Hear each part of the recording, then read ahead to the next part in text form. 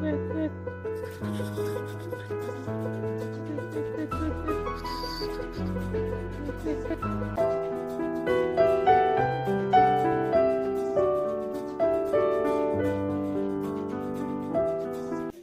kids, today let's learn one small experiment.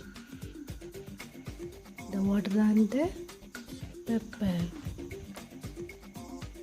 You need one bowl, pepper powder, a cup of water, a dish sauce. This is the liquid, okay?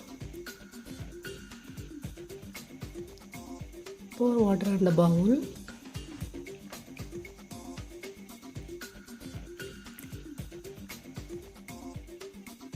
Then sprinkle some pepper on it.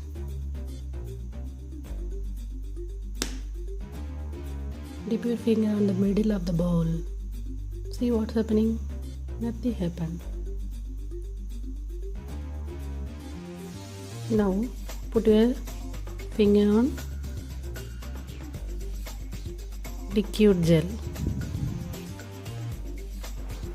Then place your finger on the middle of the water bowl. See, the pepper ran away from the finger.